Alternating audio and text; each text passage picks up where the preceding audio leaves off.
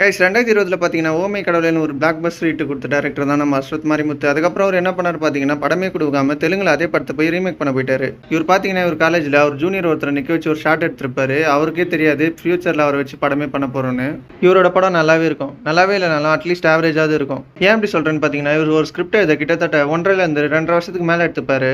ஓமை கடவுளேக்கும் டிராகனுக்கும் கிட்டத்தட்ட டிஃபரன்ஸ் எவ்வளோன்னு பார்த்தீங்கன்னா, அதுவே 3 வருஷத்துக்கு மேல போகுது மினிமலா வச்சா கூட. சரி, இந்த படத்தோட ட்ரெய்லருக்கு வருவோம். ஸ்டார்டிங்லேயே கோளாரா ஒரு பொண்ணு எனக்கு கெட்ட பசங்கள ரொம்ப பிடிக்கும். அவங்க கூட காலேஜ் போறதே ஒரு கெத்துன்னு சொல்லுது. அதுக்கேற்ற மாதிரி படத்துல ஹீரோவும் கையில ஒரு சாம வச்சு சுத்திட்டே இருக்காரு. இது பார்த்தா என்னன்னு எல்லாருக்கும் தெரியும். இதுல இருந்து நமக்கு என்ன தெரியுதுன்னா, இவர் ஃபயரை கக்கிற டிராகன் இல்ல, ஃபயரை அணைக்கிற டிராகன். அதுக்கப்புறம் பாத்தீங்கன்னா, இன்ஜினியரிங் ஹிஸ்டரியில 48 அரியர் வச்ச ஸ்டூடெண்ட் யாருமே கிடையாது, நானே முதல் ஆளா இருந்துட்டு போறேன்னு சொல்றாரு. அது மட்டும் இல்லாம இவர் காலேஜ்லயே பெரிய ஆளா இருக்காரு.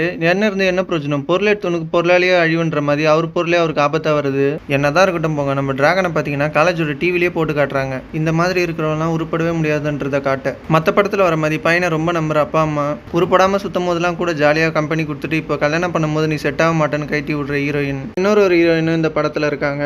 அப்புறம் ஃபேன் ஃபேவரட்னு அழைக்கப்படுற விஜய் சித்துவும் படத்துல இருக்காரு. இது மட்டும் இல்லாம பல டேரக்டர்ஸும் இந்த படத்துல நடிச்சிருக்காங்க. ஏன் சொல்ல போனா இந்த படத்தோட டேரக்டரே இந்த படத்துல நடிச்சிருக்காரு. இதுக்கு மேலேயும் சொல்லணும்னா இந்த படத்தோட ஹீரோவே ஒரு டேரக்டர் தான். கொஞ்ச காலமாக இந்த மியூசிக் டேரக்டர்ஸ்லாம் ஹீரோவை நடிச்சிட்டு இருக்கானுங்க. அதுக்கு ஒரு டேரக்டர் ஹீரோவை நடிக்கிறது எவ்வளவோ மேலு. சரி, இந்த படத்தை பற்றி இந்த படத்தோட டேரக்டர் என்ன சொல்கிறாருன்னு கேட்டிங்கன்னா, காலேஜில் கெத்தாக இருக்கிற ஸ்டூடெண்ட்டு வெளியே போய் ரியாலிட்டியை ஃபேஸ் பண்ணும்போது என்ன நடக்குதுன்றது தான் கதை. இந்த கதையை கேட்கும்போது பல கதை விட்ற கதைங்க மாதிரி தான் இருக்குது. இருந்தாலும் இதை ஒரு நல்லா ஸ்க்ரீன் ப்ளே பண்ணியிருப்பாருன்னு நம்புகிறோம். ஒரு கட்டத்தில் இந்த படத்தில் உருப்படாமல் சுற்றுற நம்ம ஹீரோக்கு ஸ்னேகா கிட்டேருந்து ஒரு அட்வைஸ் கிடைக்குது. அதுக்கப்புறம் இவரோட லைஃப் சேஞ்ச் ஆச்சா இல்லையான்றது தான் இந்த படத்தோட மிச்ச கதைன்னு நினைக்கிறேன். சில பேர் இதை ஒரு சாதாரண கதை மாதிரி நினைக்கலாம். ஆனால் கொஞ்சம் நல்லா யோசிச்சு பாருங்களேன். ஓமை கடவுளை படத்தில் வில்லன் யாருன்னு. உண்மையை சொல்லணும்னா அந்த படத்துல வில்லன் யாருமே கிடையாது. ஹீரோவோட கில்ட்டு தான் வில்லனு. அதே மாதிரி இந்த படத்துலயும் பாத்தீங்கன்னா பெருசா வில்லன் யாருமே நமக்கு தெரியல. ஆனா காலேஜ் போர்ஷன்ல மிஸ்கின் ஒரு சின்ன ஆன்டகனிஸ்டா ப்ளே பண்ண வாய்ப்பு இருக்கு. கைஸ், இந்த மாதிரி கதைக்கெல்லாம் பாத்தீங்கன்னா ஹீரோ தான் வில்லனா இருப்பான். ஏன்னு பாத்தீங்கன்னா அது கேரக்டர் ஆர்க்குன்னு சொல்லுவாங்க.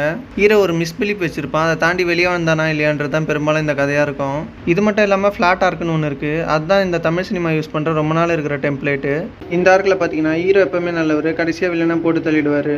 ஸோ அந்த மாதிரி இருக்கிற மூவிஸ்க்குலாம் கண்டிப்பாக ஒரு வில்லன் தேவைப்படுவான். ஆனால் டிராகன் மாதிரி கதைக்கெல்லாம் வில்லன் தேவைப்படவே மாட்டான். இவ்வளோதாங்க இன்னைக்கு இந்த வீடியோ. இந்த டேரக்டர் எடுத்த ஓமை கடவுளை எத்தனை பேருக்கு பிடிச்சிருந்துச்சுன்னு கமெண்ட் பண்ணுங்கள்.